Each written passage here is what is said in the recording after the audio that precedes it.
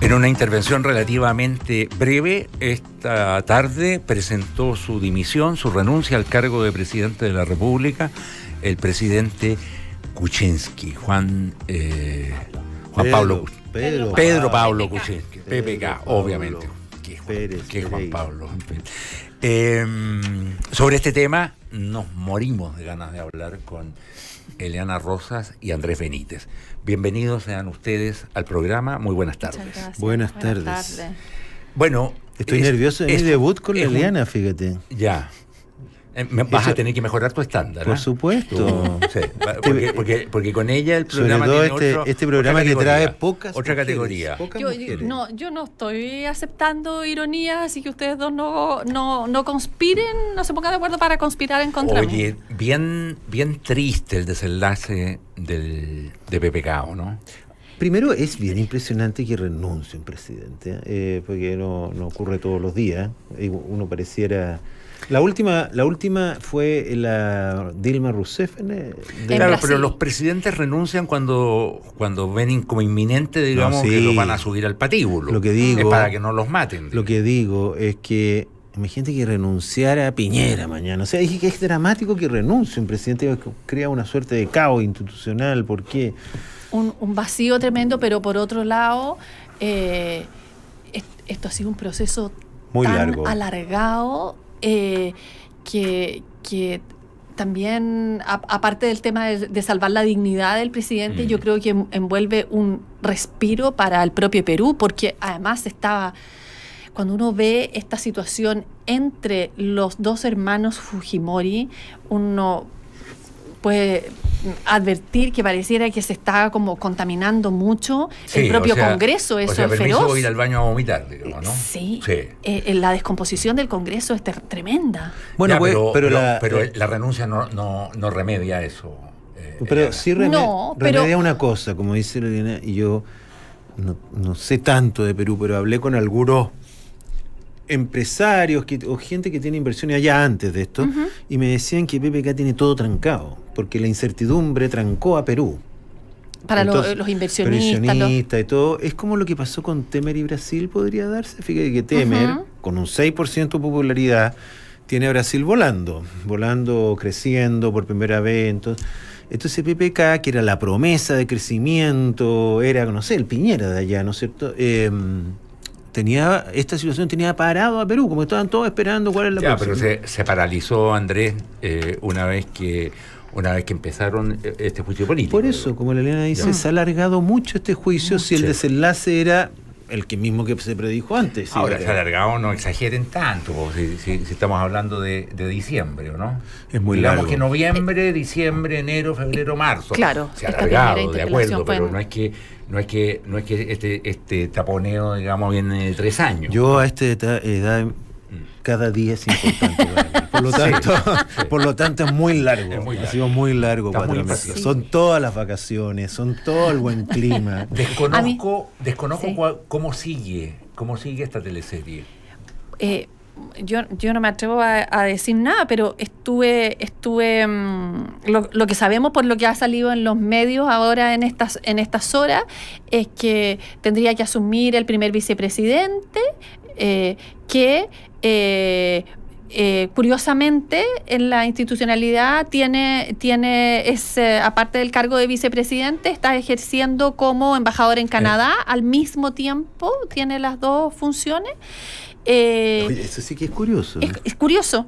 Y tiene, por lo que entendí de lo que plantea la Constitución, es que en este caso de vacancia temporal, permanente, tendría que llamar a elecciones pronto el presidente del Congreso. Pero yo no me atrevo a afirmar eso, yo tampoco soy especialista en esto. No completaría el mandato que le resta al presidente. Que el vicepresidente tuviera que completarlo, pareciera que no. Sí. Ya. A mí lo que más me sorprende en toda esta situación y encuentro tan triste es esta especie de paradoja que uno ve en Perú, ¿no? Que crecimiento, un mayor posicionamiento de Perú en la región, etcétera, y por otro lado una clase política que enfrenta unos cuestionamientos tan Corrupta grandes. a esta altura casi. Claro, ¿no? tenemos 4 presidentes. Da la impresión que el desarrollo económico no ha ido a la par de un desarrollo político congruente. Sí. Sí, hay una contradicción ahí, porque hablábamos antes con la Eliana mientras esperábamos, por ejemplo, de la cocina. Se nos salió naturalmente hablar de la cocina peruana, que no solo es rica en Perú, sino que en el mundo se ha posicionado. Pero no solo eso, las ciudades han cambiado. Hasta ir a Machu Picchu tiene otra connotación hoy día, lleno de hoteles. Todo ha mejorado un poquito en Perú, pero la clase política no mejora y si no empeora, ¿no? Yo creo que también PPK hoy está pagando la factura, la cuenta de una alianza política probablemente espuria, porque fue una alianza política fraguada solamente en torno a la idea de que no gobernara la opción de Fujimori. Y a ver, cuando todos los sectores políticos muy distintos, digamos, se unen en torno a una causa que lo único que tienen en común es ese rechazo, claro. Y ese rechazo que lo entiendo, que esa aversión profunda que genera el nombre de los Fujimori, la familia Fujimori, el pasado, el recuerdo, en fin, todo eso lo entiendo perfectamente, pero ¿basta eso para darle base de sustentación a un gobierno? Parece que no basta. Seguro parece que no basta, claro. porque dentro de todo, si mal no recuerdo, en la elección presidencial en primera vuelta, mientras Keiko Fujimori sacó alrededor del 40% de los votos, llegó al 18%, me parece, algo por ahí, digamos. Entonces, o al 22%, anduvo en ese rango, digamos. O sea, le faltaba mucho, digamos, para llegar a la mitad. Y logra llegar a la mitad de los votos, logra derrotar a Fujimori, a la Keiko Fujimori, no sé, uniendo, digamos, desde sectores extraparlamentarios hasta la derecha no fujimorista. Sí. Claro, probablemente se necesita más que esta oposición a un proyecto, para, si uno quiere buscar una cierta estabilidad, un desarrollo en torno a ciertas ideas que se quieran impulsar. Así de frágil, yo pienso, Eliana, así de frágil a lo mejor habría sido el gobierno, ponte tú, de Alejandro Guillé, si es que se hubiera llegado a imponer esa idea, digamos, de ir todos contra Piñera. Pero puedo decir, yo creo que mientras hablaba pensaba, siempre se hacen comparaciones, Perú, Chile, cuánto crece uno, etcétera. Qué distinto, en qué nivel más diferente estamos respecto a Perú, yo diría incluso a Bolivia, con todo en desarrollo institucional. En desarrollo institucional, sí. Esto es impensable en Chile, ¿no? Es impensable hoy. Incluso me cuesta pensar que con Guillé hubiera una destitución, digamos, de un presidente. Podría haber sido a lo mejor un mal presidente, no lo sé, pero el peso institucional de Chile es muy sobre el promedio de América Latina en general, ¿no?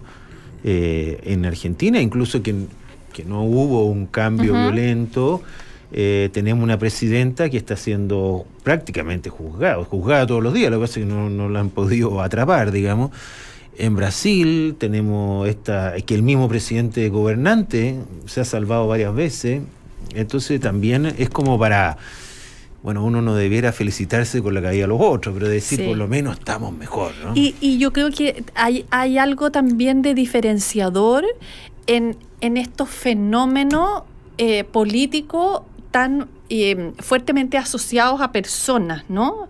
Lo que llamamos el fujimorismo, el kirchnerismo, etcétera, que se constituyen como movimientos, claro, prácticamente, sí, que en el caso chileno es distinto, porque es verdad que se habla también del bacheletismo, por ejemplo, pero eso no se constituye como un movimiento. Hay un arco de partidos que tiene tradición, que tiene arraigo y que tiene estabilidad en el tiempo. Y por ejemplo no existe el piñerismo. No existe el piñerismo. Habrá algún grupo de personas que se autodefinen así, pero no es un movimiento como te. Claro. Nadie puede decir el piñerismo tiene 25 senadores o Oye, diputados. veo que ustedes sin pedir permiso, nada, digamos, cambiaron el tema, digamos, y me parece bien que lo hayan cambiado, digamos, pero como a mí me pagan como conductor, digamos, me gusta a mí dirigir la cosa. Pero ¿no? si PPK cambió el tema. Sí.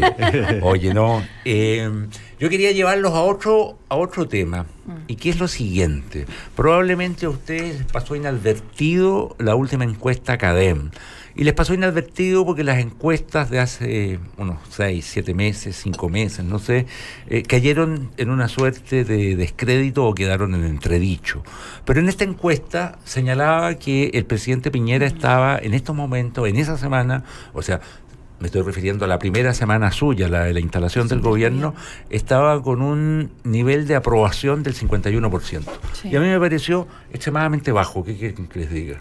Extremadamente bajo por dos razones. Primero, porque él obtuvo en la elección un 54%, y en segundo lugar, porque fue en esa semana, la semana de su instalación, que fue una semana gloriosa para él. Gloriosa. No es muy distinto. Y esa semana, con esto termino, no la va a volver a tener nunca más. No es muy distinto, que entiendo a lo que obtuvo en su primer gobierno, lo cual podría ser una mala noticia, porque básicamente Piñera se derrumbó en la encuesta a mitad de su gobierno, ya iba en el 20 y algo, producto de todos los problemas que hubo. Pero parte muy Ahora, bien. Pues, yo te digo una... Andrés, a ver, parte... igual que el primer gobierno, completamente distinto que su primer gobierno. O sea, él parte su primero hasta... No hace más que... él sigue subiendo, digamos, después... Es que no una vez elegido, hasta los mineros, donde alcanza un pic, y después se empieza a desplomar. Pero ahí ya han pasado más de 6 meses. No me acuerdo, pero tienes razón. Ahora, lo que te quiero decir es lo siguiente: yo le asigno 0 valor a la popularidad en los tiempos modernos. Y voy a tomar... Esa es una buena idea. Entonces, yo digo, por ejemplo, el presidente, voy a volver a decir, el presidente más efectivo de Brasil tiene un 6% de popularidad. Yo creo que los presidentes ya no pueden trabajar por popularidad porque por definición van a ser impopulares, ¿no es cierto? Esa es mi tesis. Y yo creo que es muy importante que Piñera entienda este punto, porque si empezáis a buscar la popularidad no vas a hacer nada. Yo, si fuera presidente, diría, voy a ser impopular, ese es un dato. ¿Ah? No creo que tampoco te afecte. Sangre, sudor y lágrimas. Claro. La presidenta Bachelet, a mitad de camino, dijo, yo creo, debe haber dicho, voy a ser impopular, ya lo tengo claro. No buscó la popularidad, dijo, voy a hacer la reforma. Totalmente. Y todas impopulares, dijo, ¿qué me importa a mí? Tengo una teoría ahí yo, que no sé si será verdad o no, pero que tú, chao con la popularidad. No sirve, ya no se ganó un patrón. Yo creo además que hay una cosa que es difícil de que alguien llegue a tenerla alguna vez en el Chile actual y en el Chile del futuro. Tener presidentes, digamos, que gozan de una popularidad del 70, el 80%. No está el horno para bollos ya, probablemente. No está el horno para bollos, y como dice Andrés, probablemente sea bien malo ese horno por la volubilidad que introduce en las decisiones, etcétera. Ahora yo me quedé pensando en ese 51 que a ti te parece poco. A mí no me parece nada de poco, porque claro, si uno lo contrasta con el resultado de la elección, puede... son 3 puntos menos. Claro, es 3 puntos menos, y esos 3 puntos menos, claro, convengamos que hubo mucha gente también que tomó la elección de Piñera también por un cierto desencantamiento respecto de la concertación, no porque hubiera una opción por su presidencia. Sí, entonces, en ese sentido, yo no encuentro eso te lo un mal concedo, resultado. Incluso más. Es muy probable que la figura política mejor ranqueada después de Piñera, digamos que tiene el 51, no sé, tenga el 15, el 14. Claro, es que haya una brecha muy grande. Una brecha entre él y todo el resto muy grande. Pero así todo creo que es un tema a lo mejor que da para hablar. Tú estás advirtiendo de que no van a haber presidentes populares. A ver, si parte en 51, es difícil pensar que va a subir mucho más, ¿no? Porque cuando tú recordabas su primer gobierno, él tiene un pic con los mineros que es un acto inédito. No, inédito en la historia del mundo. Sí. O sea, encontrar esos mineros era fuera de toda lógica, ¿no es cierto? Y después se desploma con Bielsa. Que con no tiene cosas que ver muy... con el proyecto de gobierno tampoco. Mira qué bien, ¿te fijas? O sea, fíjate mineros. que él alcanza su pico, una Claro. cuestión de los mineros, que pudo ser o no, ¿no? Pierde su aura con Bielsa, fíjate. Empieza ya como Sí. que porque entonces uno dice, Ahí empezó su caída libre. si me tengo que dedicar a esto. Y después viene Sí, el movimiento estudiantil, las marchas. Sí, y te voy a decir más, la presidenta Bachelet, al parecer, tiene su gran caída con Cabal, ¿no? Sí. Sí. Bueno, tampoco está en su programa de gobierno Cabal. Uno Claro. podría decir, bueno, para la familia está bien, pero no, yo no creo que la presidenta haya estado metida en eso, nunca había evidencia. Por lo tanto, era un hecho externo también lo que movía esta popularidad. No deriva la adhesión de sus acciones. claro, no deriva de sus acciones y de sus políticas, lo que es Entonces, muy perturbador. Además, yo tengo otra decir de que antes se decía, no, es que tú tienes que tener un nivel de popularidad para que te respeten en el Parlamento. Bueno, con el Parlamento nadie tiene popularidad. Nadie, en el fondo. Yo creo que esto ya salió de la ecuación de las negociaciones políticas. Fíjate que no me Mira quiero qué ir de tesis interesante. política, y menos todavía de una tesis que le compita a la de Andrés, digamos, que la de No, Andrés pero me sí. parece... No, a ver, como tesis se para, digamos, es una... Más que una tesis, Sólida. es una hipótesis de trabajo. Es una hipótesis de trabajo. Bueno, no me quiero ir, pero estoy... quiero ir a otra cosa, quiero ir al momento en que la política chilena volvió, o sea, dejó de comportarse previsiblemente. Y yo creo que la política chilena deja de comportarse previsiblemente, sobre todo en el gobierno de Sebastián Piñera, cuando se independiza completamente las expectativas políticas de las expectativas económicas. En ese momento se disocia. Antes siempre mira, se qué decía que a un interesante. presidente, a ver, si un presidente le va bien, da hartos reajustes, termina con superávit fiscal y con una tasa de crecimiento importante, digamos, le va a ir bien políticamente. Piñera cumplió más o menos ese estándar, tuvo más o menos ese récord y le fue pésimo. Se independizó, se disoció. Bueno, ahí es No donde... es una teoría, no es una teoría. No. Es Pero es extraño. Es extraño. Ahí Porque donde- antes hacían curvas de crecimiento económico y popularidad. Exacto. Y Sí. entonces uno decía, esto es más fácil que el agua. Claro. Y de repente, como bien tú dices, Se la disoció. Piñera tuvo un buen crecimiento económico comparado con... Y la popularidad se fue al suelo. Se fue al suelo. Bueno, y ahí es donde entran personas como, pensando Felipe Bulnes, que, Claro. que atribuyen esto a la Al falta relato. de relato.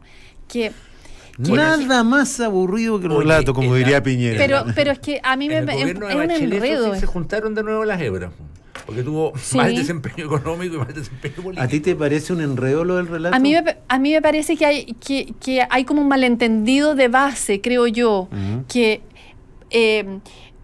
porque se confunde esta idea del relato con la idea del propósito, que yo encuentro que son cosas distintas. A ver, Y eso me yo- interesa. No, porque yo pienso que es verdad que es necesario y que uno espera de un gobierno, de una administración, un cierto propósito, ¿no? Del cual derivan las políticas y las acciones. ¿Para dónde vamos? ¿Qué queremos hacer? ¿Qué idea tenemos del país? Y las políticas y las acciones se subordinan a ese objetivo.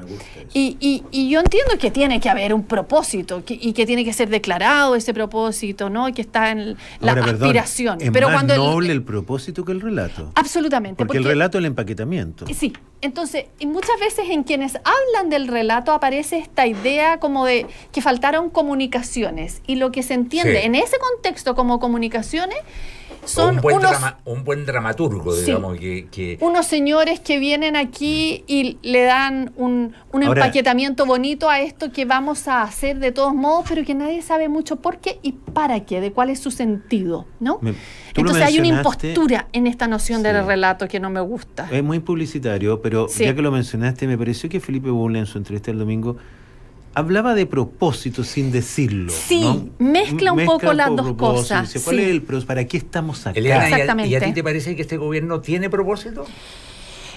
Económico Hablando en los serio, tiene. hablando en serio, ¿no?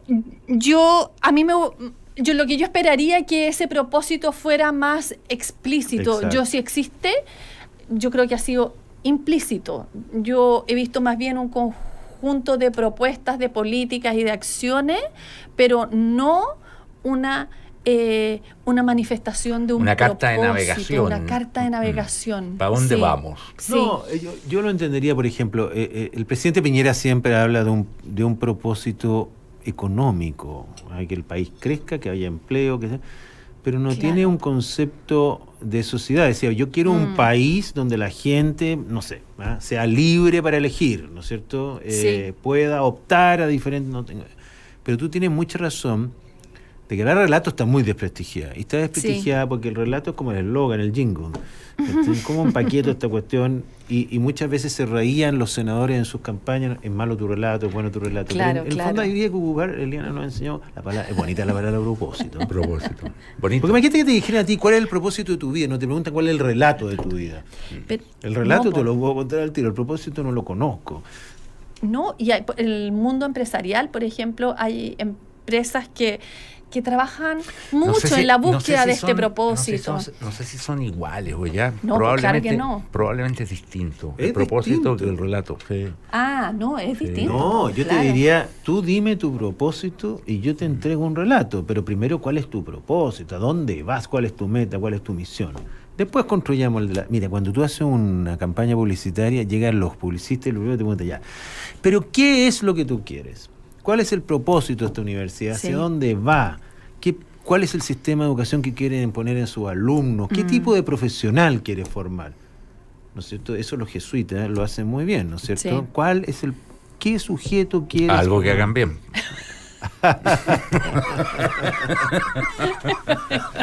Estalla. Una vez conocido eso, el tipo te dice, ok, yo te voy a inventar un relato. El relato es la forma más fácil de comunicar lo que tú quieres, la que suena más bonita, la que vende, no sé. Y yo creo que una universidad de líderes. Claro, yo creo que las personas además también esperan propósitos y esperan conocer esos propósitos. Y cuando eso no es explícito, sospechan, ¿no? De alguna manera. Es cierto que el relato tiene algo de empaquetadura, tiene algo de empaquetamiento. Y a mí me gusta mucho el género literario de las memorias. Y en las memorias siempre el memorialista, el autor de las memorias, lo que te hace es hacerte en torno a su vida un relato. Y un relato bastante coherente, precisamente porque probablemente oculta episodios de su vida, partes de su vida, que no caben dentro de ese relato. Entonces, lo que manda es el relato, lo que manda no es la vida, porque la vida como vida, perdónenme, no tiene mucho relato.